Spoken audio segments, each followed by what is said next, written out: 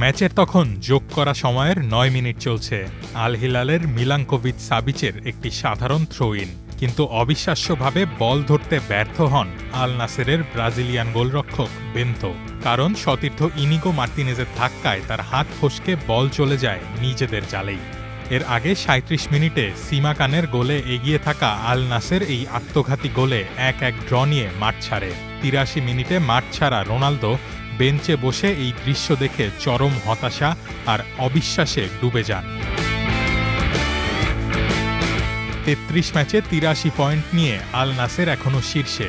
এক ম্যাচ বেশি খেলা আল হিলালের চেয়ে এগিয়ে আছে ৫ পয়েন্টে।